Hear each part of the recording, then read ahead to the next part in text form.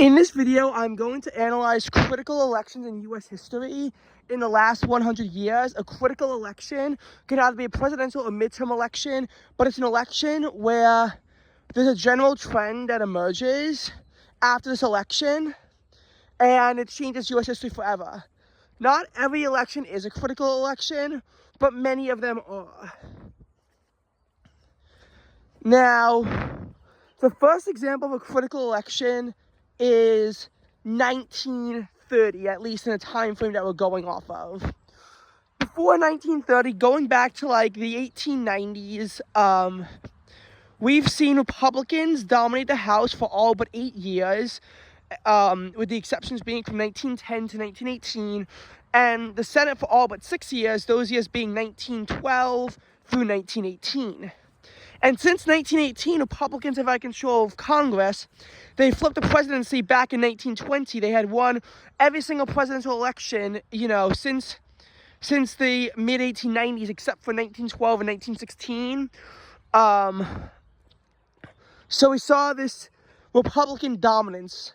They were winning presidential elections in landslides. They had, at one point they had a supermajority in the House and a filibuster-proof majority in the Senate. And even when that vanquished, they still had large majorities in both chambers.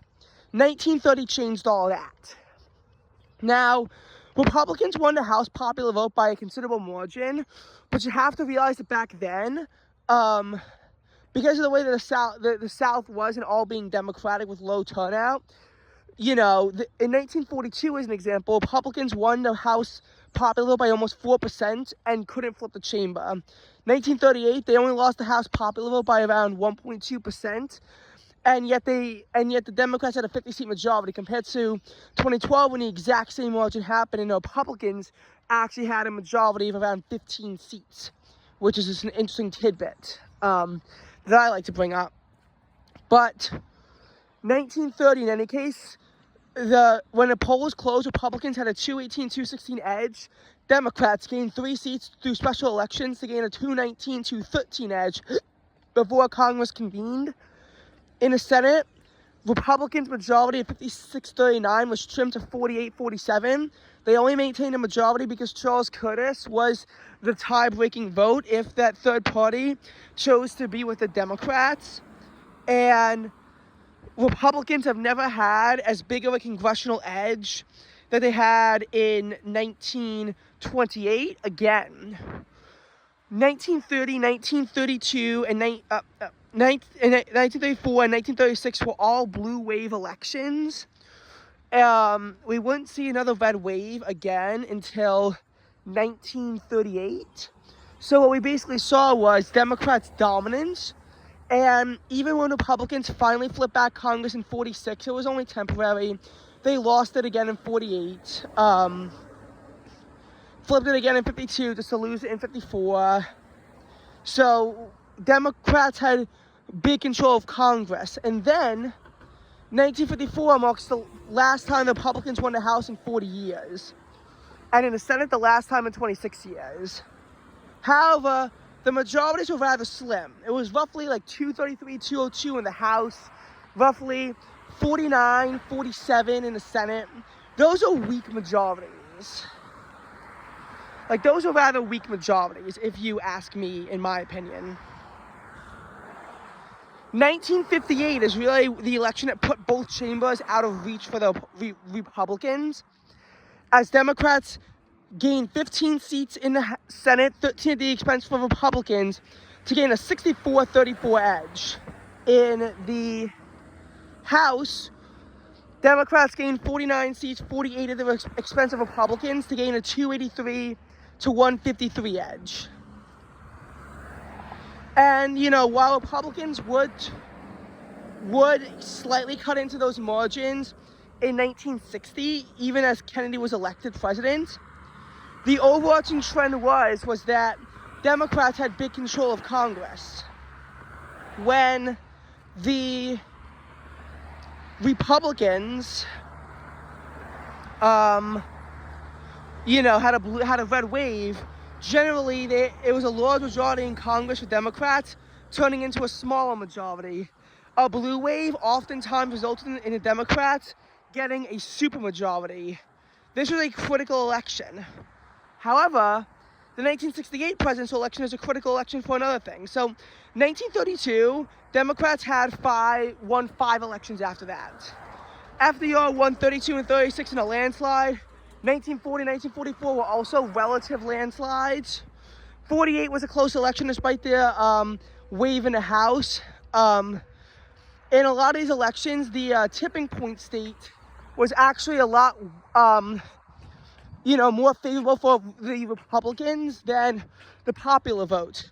As an example, a 5% tipping point in 1944 compared to a 7.5% popular vote margin. A 6.9% tipping point in 1940 as compared to a 9.9% popular vote margin. A 0.5% tipping point state in 1948 as compared to a 4.5% popular vote margin. That's significant. But Republicans still couldn't win. However, to me, that's not as critical. Because in a lot of cases, it was against the same opponent, FDR. However, in 1968, Democrats only won the presidential election once. So we saw a few things. First of all, lots of split ticket voting, seeing as there weren't a ton of co-tials, except in 1980 when, Reagan flipped 12 seats in the Senate to give Republicans control of the chamber for 6 years. In general, though, there weren't too many co-tials, but we still had Republicans dominating presidential elections, and more importantly, except in 1976, winning in the South. Because in a lot of these cases, Republicans won a lot of votes in the South. And we would see this dominance on a presidential election level for, Republicans. We would see that go on for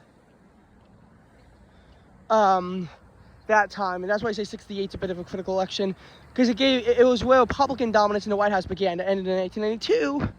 Another critical election, Clinton won 370 to 168. The election was closer, but then that the popular vote was 5.5%.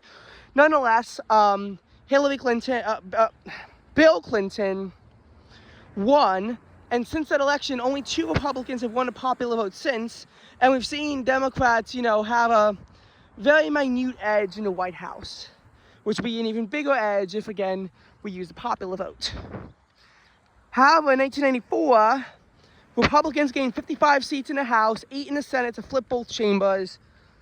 In the case of the House, first Republican majority since 1952 elections.